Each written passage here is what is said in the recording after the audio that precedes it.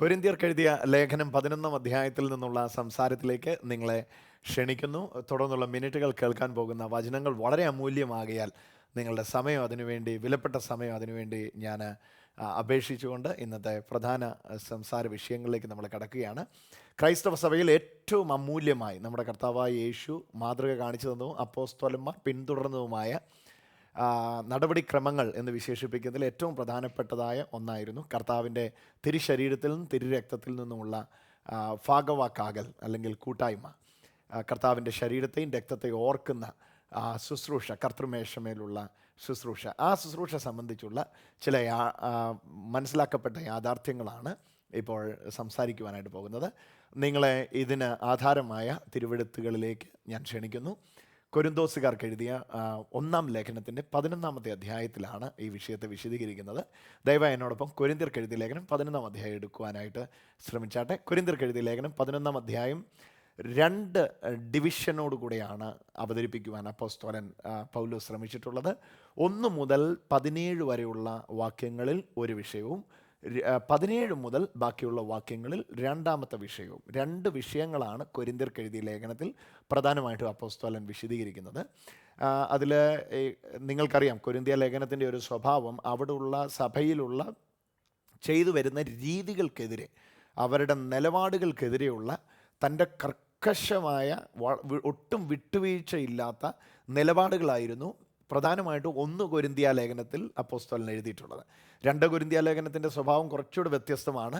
ആദ്യ ലേഖനം അവിടെ ചെന്ന ശേഷം തനിക്കെതിരെ ഉണ്ടായ ആക്ഷേപങ്ങൾക്ക്, തൻ്റെ അപ്പോസ്തലത്വത്തിന് നേരെയൊക്കെ ഉണ്ടായ ചോദ്യങ്ങൾക്ക് മറുപടിയായിട്ടാണ് 2 ലേഖനം എഴുതിയതെങ്കിൽ 1 ലേഖനം അവരുടെ ഇടയിലുള്ള നടപടിക്രമങ്ങൾക്കെതിരെയുള്ള അദ്ദേഹത്തിൻ്റെ തുറന്ന കത്താണ്. അതുകൊണ്ട് തന്നെ ഈ ലേഖനത്തിൻ്റെ പല വാക്യങ്ങളിലും അല്പം മറ്റ് ലേഖനങ്ങളെക്കാൾ മൂർച്ചയേറിയ പൗലോസിൻ്റെ വാക്കുകൾ ശ്രദ്ധേയമാണ്. പ്രത്യേകിച്ച് അപ്പൻ്റെ ഭാര്യയെ, സ്റ്റെപ്പ് മദറിനെ, 2ാം അമ്മയെ ഭാര്യയായി പരിഗണിച്ച വ്യക്തി കൊരിന്ത് സഭയിലുണ്ടായിരുന്നു. 5 അധ്യായത്തിൽ നമ്മൾ കാണുന്നുണ്ട്, നിങ്ങളും എൻ്റെ ആത്മാവും നമ്മുടെ കർത്താവായ യേശുവിൻ്റെ ശക്തിയോട് ഒരുമിച്ച് അവനെ ആത്മാവ് കർത്താവായ യേശുവിൻ്റെ നാളിൽ രക്ഷിക്കപ്പെടേണ്ടതിന് സാത്താനെ ഏൽപ്പിച്ചു കൊടുക്കണമെന്നിങ്ങനെ വിധിച്ചിരിക്കുന്നു. മറ്റ് ലേഖനങ്ങളൊന്നും കാണാത്ത ചില സ്ട്രിക്റ്റ് നിയമാവലികൾ, മറ്റൊരാശയത്തിൽ പറഞ്ഞാൽ വ്യക്തമായ ചില മാർഗരേഖകൾ കൊടുക്കുവാൻ കൊരിന്ത്യർക്ക് എഴുതിയ 1 ലേഖനത്തിൽ ശ്രമിക്കുന്നു എന്നത് ഈ ലേഖനത്തിൻ്റെ ഒരു പൊതു സ്വഭാവമാണ്.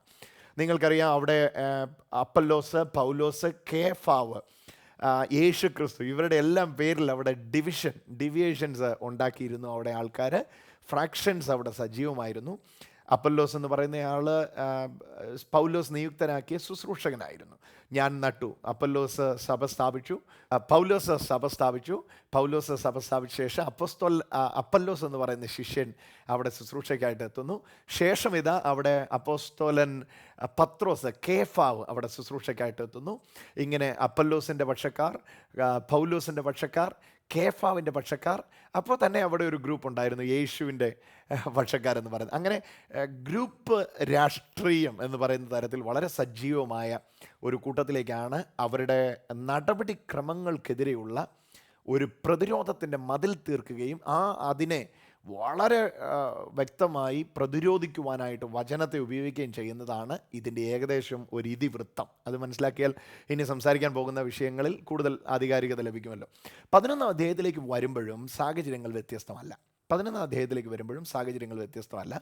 11 അധ്യായത്തിൽ 2 കാര്യത്തിൽ അപ്പോസ്തലൻ വിരൽ ചൂണ്ടുകയാണ്. ഒന്ന്, അവരുടെ ഇടയിൽ യഹൂദ മര്യാദയായി അവരുടെ ചേർച്ചിലേക്ക്, കൊരിന്ത് സഭയിലേക്ക് കയറിക്കൂടിയ യഹൂദ മര്യാദയായി കയറിക്കൂടി. നിങ്ങൾക്കറിയാം, ഫസ്റ്റ് സെഞ്ചുറി ചർച്ചിൽ യഹൂദ മര്യാദയായിട്ട് ഒരുപാട് കാര്യങ്ങൾ കയറാനായിട്ട് ശ്രമിച്ചിരുന്നു. പരിശോധന, ശബത്തിൻ്റെ ഉപദേശങ്ങൾ, അതുപോലെ തന്നെ വിഗ്രഹാർപ്പിതം സംബന്ധിച്ചുള്ള ആദിയായ വിഷയങ്ങൾ പലതും കയറാൻ പ്രവേശിച്ചതുപോലെ തന്നെ പ്രവേശിച്ചായിരുന്നു യഹൂദ മര്യാദയാകുന്ന തല മൂടുപടം ഇടുക എന്ന് പറയുന്ന രീതി ദൈവസഭയ്ക്ക് വേണോ എന്നുള്ള വിഷയവും ഇവിടെ അപ്പോസ്തലൻ ആദ്യമേ വിശദീകരിക്കുകയാണ്. നിങ്ങൾക്ക് താല്പര്യമുണ്ടെങ്കിൽ ഞാൻ വേണമെങ്കിൽ ആ വാക്യം നിങ്ങൾക്കായി വായിച്ചാൽ ഞാൻ ഈ പറയുന്ന കാര്യങ്ങൾ കൂടുതൽ ആധികാരിക നിങ്ങൾക്ക് മനസ്സിലാവുമല്ലോ. 11 അധ്യായത്തിൻ്റെ ആദ്യം മുതലുള്ള വാക്യങ്ങൾ നിങ്ങൾ ദയവായി ശ്രദ്ധിച്ചാട്ടെ. തലയിൽ മൂടുപടം സ്ത്രീ ഇടേണ്ട ആവശ്യമുണ്ടോ ഇല്ലയോ? അപ്പോൾ യഹൂദൻ്റെ നിലപാടെന്ന് പറഞ്ഞാൽ പ്രാർത്ഥിക്കുമ്പം യഹൂദൻ സ്ത്രീ ആകട്ടെ പുരുഷനാകട്ടെ തലയിൽ മൂടുപടം ഇട്ടുകൊണ്ടായിരുന്നു പ്രാർത്ഥിച്ചുകൊണ്ടിരുന്നത്. മൂടുപടം ഇട്ടുകൊണ്ട് പ്രാർത്ഥിക്കുമ്പോഴെന്നും മാത്രം ഒരു പക്ഷേ പറയാൻ കഴിയുകയില്ല. മിക്കവാറും സമയങ്ങളിൽ മൂടുപടം ധരിക്കുന്നതായിരുന്നു യഹൂദൻ്റെ കൾച്ചർ. സ്ത്രീകൾ ഓൾ ദ ടൈം, പുരുഷന്മാർ പ്രത്യേകിച്ച് പ്രാർത്ഥിക്കുന്ന സമയങ്ങളിൽ ധരിക്കുന്നതായിരുന്നു. അപ്പോൾ ആ മര്യാദ ദൈവസഭയ്ക്ക് വേണോ എന്ന വിഷയമാണ് 11 അധ്യായം ആദ്യമേ വിശദീകരിക്കുന്നത്. രണ്ടാമതാണ് കർത്തൃമേശയുടെ വിഷയത്തിലേക്ക് വരുന്നത്. അപ്പോൾ ആ കോണ്ടെക്സ്റ്റ് ഒന്ന് മനസ്സിലാക്കാൻ വേണ്ടി ഞാൻ ആദ്യത്തെ ഒന്ന് നിങ്ങൾക്ക് വേണ്ടി ജസ്റ്റ് ഒന്ന് വായിക്കുവാനായിട്ട് താല്പര്യപ്പെടുകയാണ്. ഞാൻ ക്രിസ്തുവിനെ അനുകരിക്കുന്ന പോലെ നിങ്ങളും എൻ്റെ അനുകാരികളാകുവീൻ. ഞാൻ സകലത്തിൽ നിങ്ങളെ ഓർക്കുകയും. മുഖവരെയാണ് അതിൻ്റെ. എന്നാൽ ഏത് പുരുഷൻ്റെയും തല ക്രിസ്തു, സ്ത്രീയുടെ തല പുരുഷൻ, ക്രിസ്തുവിൻ്റെ തല ദൈവം എന്ന് അറിഞ്ഞിരിക്കണമെന്ന് ഞാൻ ആഗ്രഹിക്കുന്നു. 4-ാം വാക്യം, മൂടുപടമിട്ട് പ്രാർത്ഥിക്കുകയോ പ്രവചിക്കുകയോ ചെയ്യുന്ന ഏത് പുരുഷനും തൻ്റെ തലയെ അപമാനിക്കുന്നു. മൂടുപടമില്ലാതെ പ്രാർത്ഥിക്കുകയോ പ്രവചിക്കുകയോ ചെയ്യുന്ന ഏത് സ്ത്രീയും തൻ്റെ തലയെ അപമാനിക്കുന്നു. അത് അവൾക്ക് ക്ഷൗരം ചെയ്യുന്ന പോലെയല്ലയോ? ഇത് അവിടെയുള്ള ഓൾറെഡി ഉള്ള കോമൺ പ്രാക്ടീസാണ്. മൂടുപടം ഇട്ടിട്ടേ യഹൂദന്മാർ പ്രാർത്ഥിക്കാറുള്ളൂ. ആ രീതി അവരുടെ ഇടയിലുണ്ട്. സ്ത്രീ മൂടുപടം ഇടുന്നില്ലെങ്കിൽ മുടി കത്തിരിച്ച് കളയട്ടെ. ഞാൻ വായിക്കുന്നത് 11 അധ്യായത്തിൻ്റെ 6-ാമത്തെ വാക്യം. സ്ത്രീ മൂടുപടം ഇടുന്നില്ലെങ്കിൽ മുടി കത്തിരിച്ച് കളയട്ടെ. കത്തിരിക്കുന്നതോ ക്ഷൗരം ചെയ്യുന്നതോ സ്ത്രീക്ക് ലജ്ജാകരമെങ്കിൽ മൂടുപടം ഇട്ടുകൊള്ളട്ടെ. പുരുഷൻ ദൈവത്തിൻ്റെ പ്രതിമയും തേജസ്സുമാകിയാൽ മൂടുപടം ഇടേണ്ടിയതില്ല. സ്ത്രീയോ പുരുഷൻ്റെ തേജസ്സാകുന്നു. ഇനി എട്ടാം വാക്യം മുതൽ നിങ്ങൾ ശ്രദ്ധിച്ചാൽ കുറച്ചുകൂടെ ഈ സംസാരിക്കുന്നതിൻ്റെ ആധികാരികത നിങ്ങൾക്ക് മനസ്സിലാകുമായിരിക്കും. 8-ാം വാക്യത്തിൽ ദയവായി നിങ്ങൾ ശ്രദ്ധിച്ചാട്ടെ. പുരുഷൻ സ്ത്രീയിൽ നിന്നല്ലല്ലോ, സ്ത്രീ പുരുഷനിൽ നിന്നത്രേ ഉണ്ടായത്. യഹൂദൻ്റെ ഇടയിലുള്ള ആ മെയിൽനിസത്തിൻ്റെ ആ ആശയമാണ് ഈ വാക്യത്തിലൂടെ അപ്പോസ്തലൻ പുറത്തു കൊണ്ടുവരുന്ന യഹൂദരോട് സംസാരിക്കുമ്പോൾ പറയുന്നത്. പുരുഷൻ സ്ത്രീയിൽ നിന്നല്ലല്ലോ. അപ്പോൾ 8-ാം വാക്യത്തിൽ പറയുന്ന ഈ നിലപാട് അപ്പോസ്തലൻ തന്നെ താഴെ തിരുത്തുന്നുണ്ട്. ദയവായി നിങ്ങൾ ആ 8-ാം വാക്യവും താഴേക്ക് ഞാൻ വായിക്കുന്ന വാക്യവും ഒന്ന് നിങ്ങൾ ദയവായി ശ്രദ്ധിച്ചാട്ടെ. 8-ാം വാക്യത്തിൽ പറയുന്നു, പുരുഷൻ സ്ത്രീയിൽ നിന്നല്ലല്ലോ, സ്ത്രീ പുരുഷനിൽ നിന്നത്രേ ഉണ്ടായത്. യഹൂദൻ്റെ കാഴ്ചപ്പാട് അതാണ്. പുരുഷനാണ് മേധാവിത്വം അവരുടെ ഇടയിലുള്ളത്. പുരുഷൻ സ്ത്രീക്കായിട്ടല്ല, സ്ത്രീ പുരുഷനായിട്ടത്രേ സൃഷ്ടിക്കപ്പെട്ടത്. വേഴ്സ് 9, 9-ാമത്തെ വാക്യം. ആ യഹൂദ പുരുഷ മേധാവിത്വത്തിൻ്റെ ആ മുഖം ആ വാക്യത്തിലുണ്ട്. ആകയാൽ സ്ത്രീക്ക് ദൂതന്മാർ നിമിത്തം തലമേൽ അധീനത ലക്ഷ്യം ഉണ്ടായിരിക്കണം. അപ്പോൾ ആ ബാക്ക്ഗ്രൗണ്ട് കുറച്ചുകൂടെ സുന്ദരികളായ സ്ത്രീകളെ ദൂതന്മാർ വന്ന് അവരുടെ സൗന്ദര്യത്തിൽ ആകൃഷ്ടരായി അവരുമായി ശയിച്ച് മല്ലന്മാരുടെ തലമുറയുണ്ടായ ആ പഴയ നിയമത്തിൻ്റെ ബാക്ക്ഗ്രൗണ്ട്, അത് നിമിത്തം ദൂതന്മാർ നിമിത്തം സ്ത്രീകൾക്ക് തലമേൽ അധീനതാ ലക്ഷ്യം ഉണ്ടായിരിക്കണം എന്ന ആശയമാണ് ഈ ജൂയിഷ് ട്രഡീഷൻ്റെ, ഈ യഹൂദ പാരമ്പര്യ രീതിയുടെ. കാരണം അവിടെ തെറ്റിപ്പോയത് സ്ത്രീയാണ്. അപ്പം സ്ത്രീയുടെ സൗന്ദര്യമാണ് മറക്കപ്പെടേണ്ടത് എന്ന യഹൂദ രീതി, ആ രീതിയെ ആദ്യമേ അവലംബിക്കുന്നു. പിന്നത്തേതിൽ നിങ്ങൾ താഴേക്ക് നോക്കിയാട്ടെ. ആകയാൽ സ്ത്രീക്ക് പുരുഷൻ നിമിത്തം, 10-ാമത്തെ വാക്യം, ആകയാൽ സ്ത്രീക്ക് ദൂതന്മാർ നിമിത്തം അധീനത ലക്ഷ്യം ഉണ്ടായിരിക്കണം. ഇനി 11-ാമത്തെ വാക്യം തുടങ്ങുന്നത് ദയവായി നിങ്ങൾ ശ്രദ്ധിക്കുക. അപ്പോൾ 8-ാം വാക്യത്തിൽ ഞാൻ പറഞ്ഞതിന് ആദ്യമേ നിങ്ങൾ അടിവര ഇടണം. 8-ാം വാക്യം ഇങ്ങനെയാണ് പറഞ്ഞത്, പുരുഷൻ സ്ത്രീയിൽ നിന്നല്ലല്ലോ, സ്ത്രീ പുരുഷനിൽ നിന്ന് അത്ര ഉണ്ടായത്. പുരുഷൻ സ്ത്രീക്കായിട്ടല്ല, സ്ത്രീ പുരുഷനായിട്ടത്ര സൃഷ്ടിക്കപ്പെട്ടത്. പുരുഷന് വേണ്ടി മാത്രമാണ് സ്ത്രീ സൃഷ്ടിക്കപ്പെട്ടത് എന്ന ആശയം 9-ാം വാക്യത്തിൽ പറഞ്ഞിട്ട് ഇനി വിശദീകരിക്കാൻ പോകുന്നത് നിങ്ങൾ ദയവായി ശ്രദ്ധിക്കുക. 11-ാം വാക്യം, എന്നാൽ കർത്താവിൽ, ഇൻ ക്രൈസ്റ്റിൽ വരികയാണ്. അപ്പം അപ്പോസ്തലൻ 1 മുതൽ 10 വരെയുള്ള വാക്യങ്ങളിൽ വിശദീകരിക്കാൻ ആഗ്രഹിച്ചത് ജൂയിഷ് ട്രഡീഷൻ ആണെന്നും 10-ാം വാക്യം മുതൽ വിശദീകരിക്കാൻ ആഗ്രഹിച്ചത് കർത്താവിലുള്ള അവസ്ഥയാണെന്നും ഈ വാക്യം വായിക്കുന്ന ആർക്കും ഒരു സംശയവും കൂടാതെ വിശ്വാസത്തിൻ്റെ ആഴത്ത് നിന്നുകൊണ്ട് മനസ്സിലാക്കാനായിട്ട് കഴിയും. 10-ാം വാക്യം ദയവായിട്ട് 11 മുതലുള്ള വാക്യങ്ങൾ ദയവായി. എന്നാൽ കർത്താവിൽ, പുരുഷനെ കൂടാതെ സ്ത്രീയുമില്ല, സ്ത്രീയെ കൂടാതെ പുരുഷനുമില്ല.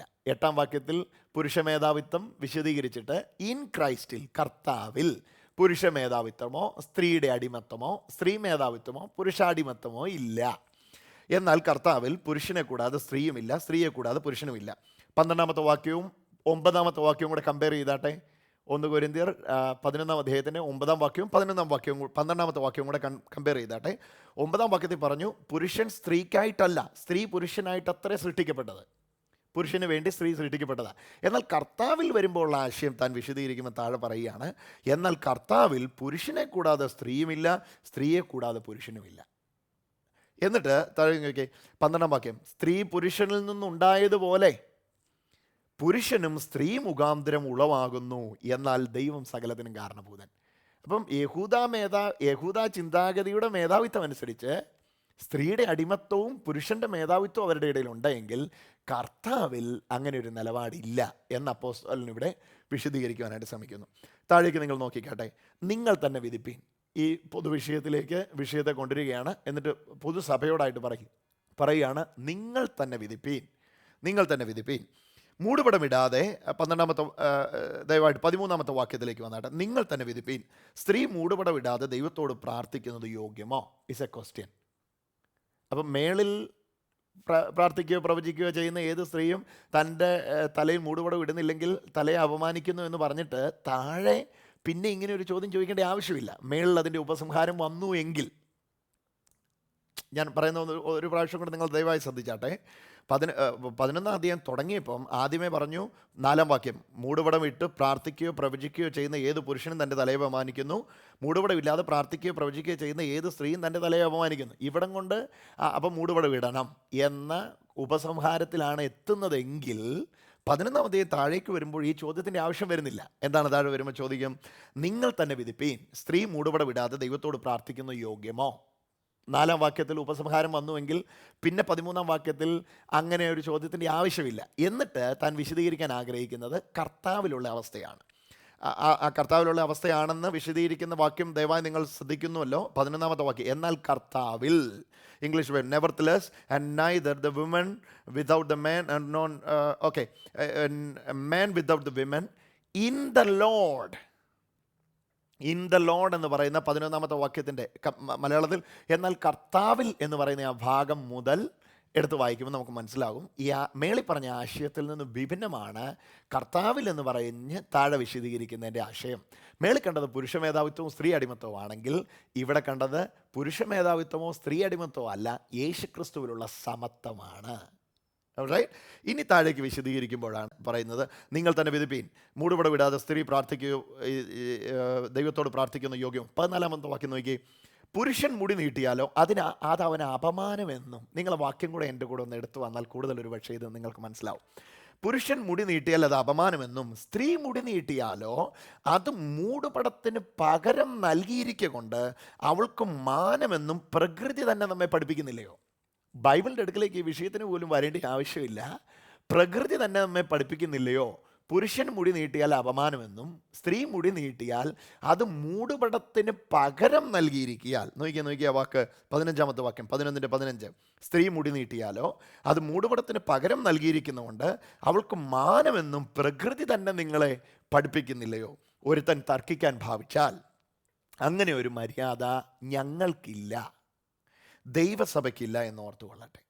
അപ്പം 16-ാം വാക്യത്തിൽ അതിന് ഉപസംഹാരം എത്തിക്കഴിഞ്ഞു. 17 മുതലുള്ള വാക്യങ്ങളിൽ 2-ാമത്തെ വിഷയത്തെ അപ്പോസ്തലൻ കൊണ്ടിരിക്കുകയാണ്. അപ്പോൾ എന്താണ് അപ്പോസ്തലൻ കൊണ്ടിരുന്ന ഉപസംഹാരം?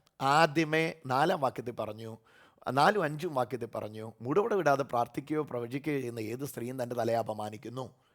പ്രാർത്ഥനയ്ക്ക് യഹൂദ വ്യവസ്ഥിതി അനുസരിച്ച് തലയിൽ മൂടുപടം ഇടേണ്ടിയിരിക്കുന്നു. യഹൂദ വ്യവസ്ഥിതി എന്നല്ല, നിങ്ങൾക്ക് തന്നെ അറിയാം, നമ്മുടെ മുസ്ലിം സഹോദരങ്ങളുടെ ഇടയിലുള്ള പ്രവണതകൾ പലതും യഹൂദ മതത്തിൽ നിന്ന് ഒരുപാട് ബന്ധപ്പെട്ട് കിടക്കുന്നവയാണ്. അവരുടെ ഇടയിൽ പ്രാർത്ഥനയ്ക്കെന്ന് മാത്രമല്ല, മിക്കവാറും സമയങ്ങളിൽ നിന്നും മാത്രമല്ല, മുഴുവൻ സമയങ്ങളും സ്ത്രീകൾ മൂടുപടം ഇടാറുണ്ട്. യഹൂദ വ്യവസ്ഥിതിയിൽ നിന്ന്, ജുഡായിസത്തിൽ നിന്ന് ഒരുപക്ഷെ അത് വന്നു എന്ന് വിശേഷിപ്പിക്കുന്നതിൽ തെറ്റില്ല. കാരണം അത്തരത്തിൽ അത് ചരിത്രാതീതമായി ബന്ധപ്പെട്ട് കിടക്കുന്നു. ഞാൻ ആ വിഷയത്തിൽ നിന്ന് അത് നിങ്ങളെ മനസ്സിലാക്കിക്കുവാനായിട്ട് ശ്രമിക്കുന്നു.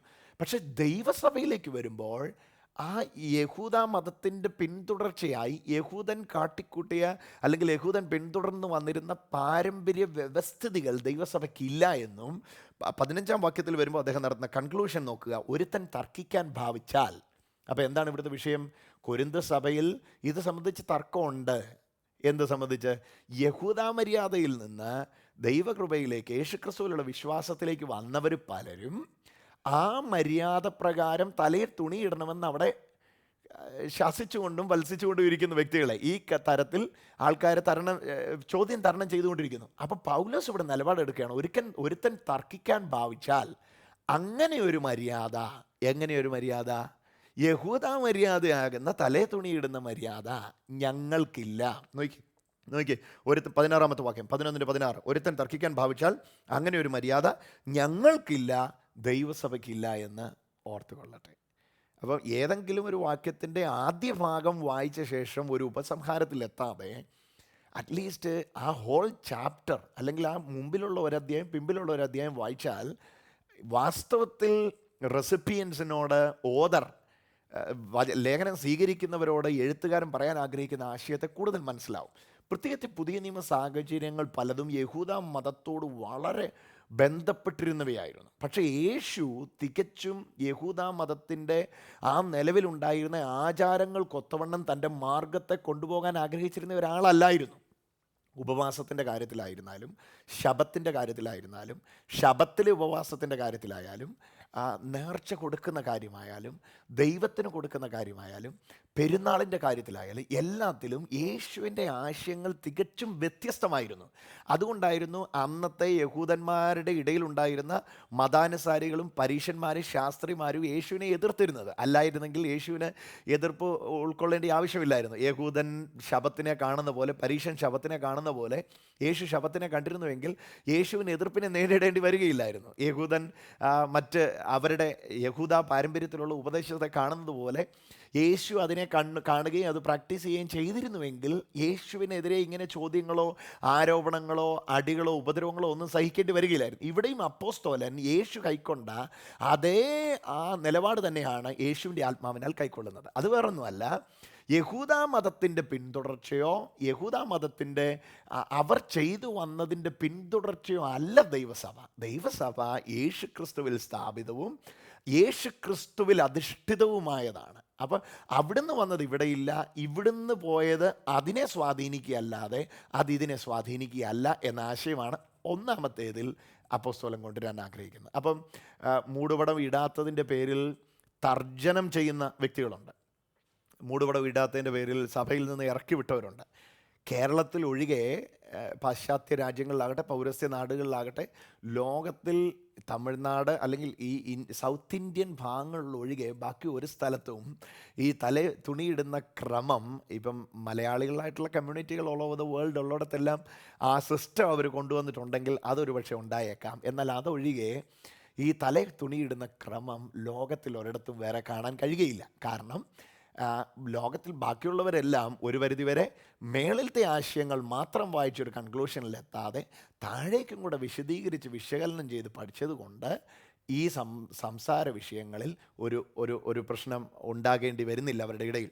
എന്നാൽ ഇത് സംബന്ധിച്ച് ഒരുപാട് ആൾക്കാരെ ഹർട്ട് ചെയ്യുകയും മുറിവേൽപ്പിക്കുകയും, എങ്ങാനും പ്രാർത്ഥിക്കുന്നതിനിടയിൽ കൈകൊട്ടി ദൈവത്തെ സ്തുതിക്കുന്നതിനിടയിൽ ആ മൂടുപടം വീണു പോയാൽ ഉടനെ പരിജ്ഞാനത്തിൻ്റെ ആത്മാവാണ് ആ മൂടുപടം മാറിയെങ്കിൽ പിശാചാവിനെ കയറുന്നേ, അങ്ങനെയുള്ള കാര്യങ്ങൾ പറഞ്ഞ് വെറുതെ അബദ്ധപഞ്ചാംഗം ആൾക്കാരിൽ അടിച്ചേൽപ്പിക്കാതെ ദയവായി എന്നെ കേൾക്കുന്ന ശുശ്രൂഷകർ എങ്കിലും അറ്റ്ലീസ്റ്റ് ഈ വചനത്തിൻ്റെ ആഴങ്ങൾ സ്വീകരിക്കണമേ എന്ന് ഞാൻ ആദ്യമേ തന്നെ പ്രബോധിപ്പിക്കുകയാണ്.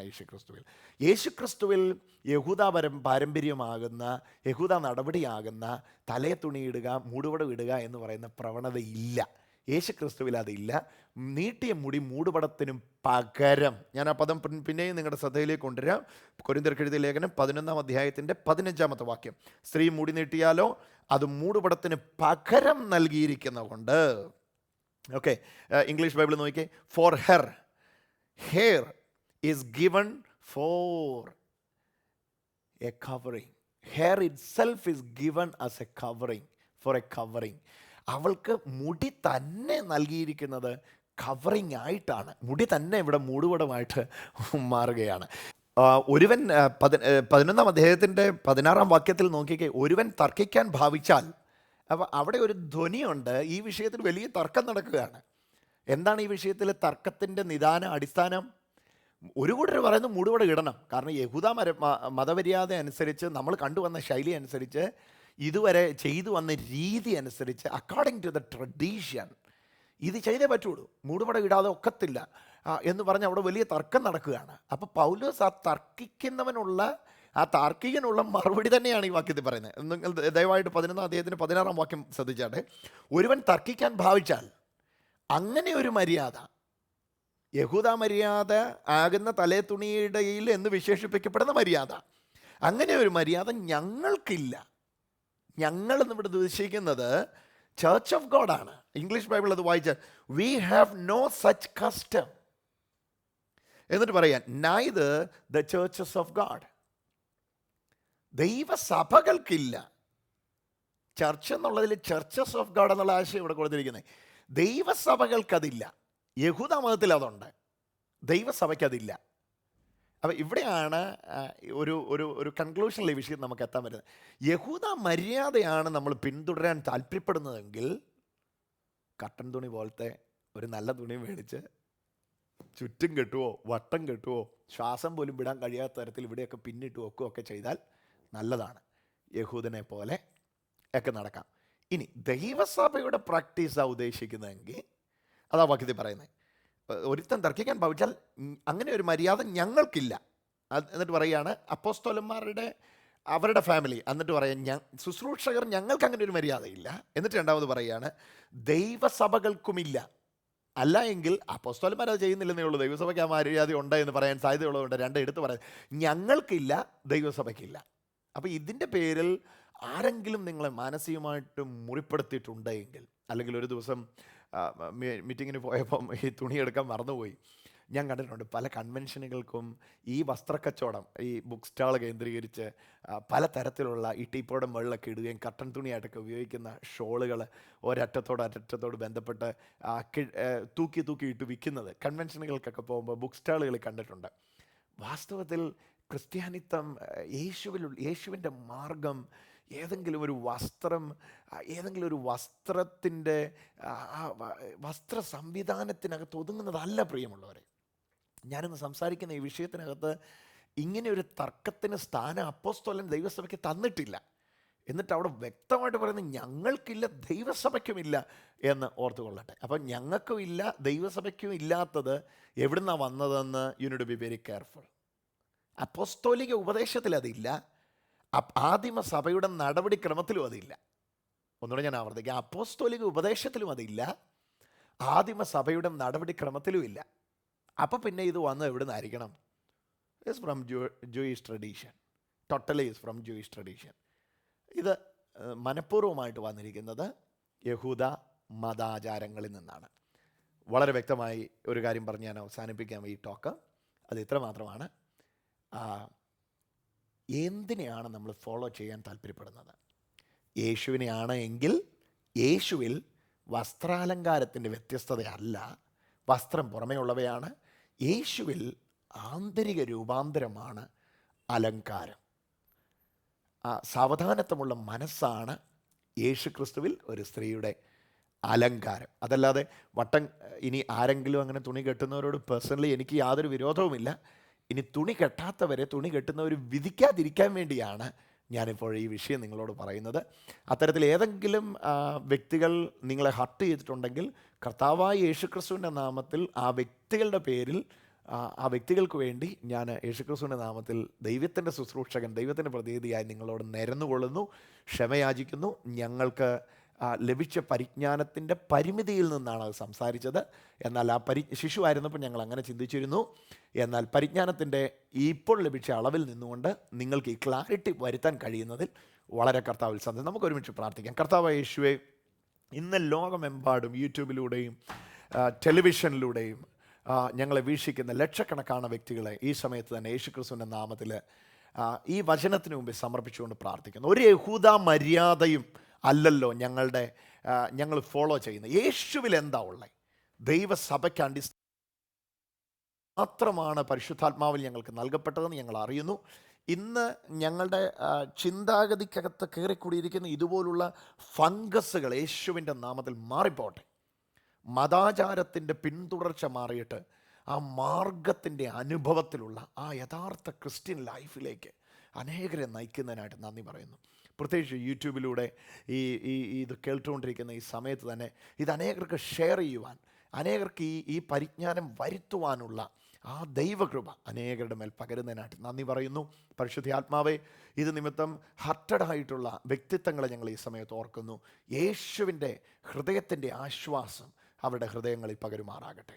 ഈ വചനം വായിച്ച് മനസ്സിലാക്കി. എന്നാൽ അവർ കൂടുന്ന ഫെലോഷിപ്പിൽ നടന്നു വരുന്ന ക്രമീകരണം വെച്ച് പൊതുസ്ഥലത്തിൽ വെച്ച് അപമാനിക്കപ്പെട്ട സഹോദരിമാർ ഈ സമയത്ത് ഞങ്ങളെ കേൾക്കുന്നുണ്ട്. ഇങ്ങനൊരു നടപടി എടുത്തില്ല എങ്കിൽ ഞങ്ങൾക്കൊപ്പം ഇരിക്കാൻ പറ്റുകയില്ലെന്ന് പറഞ്ഞ് ആ പൊതുസ്ഥലങ്ങളിൽ നിന്ന് ബഹിഷ്കരിക്കപ്പെട്ടവർ ഞങ്ങളെ കേൾക്കുന്നുണ്ട്. കർത്താവ്, ഈ സമയത്ത് അവരുടെ ആ മുറിവുകളെ ഉണക്കുവാൻ അവിടുത്തെ സാന്നിധ്യത്തെ നിൻ്റെ മക്കളുടെ മേൽ അയക്കുന്നതിനായിട്ട് നന്ദി.